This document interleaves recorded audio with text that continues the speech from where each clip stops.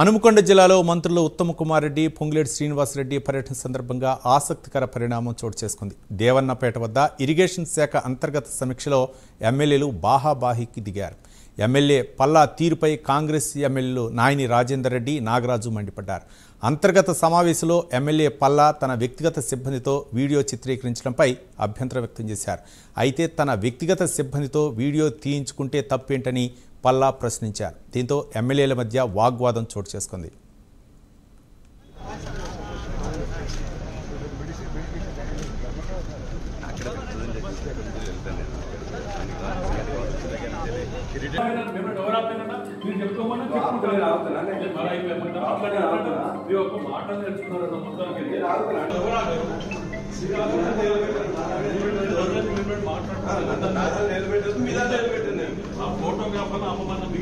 తప్పే ఉండదు దొంగతనం అలాగే తను ఉట్టిగానే మాట్లాడుకున్నా చెప్పుకుంటాం చేసుకున్నా చెప్పుకున్నా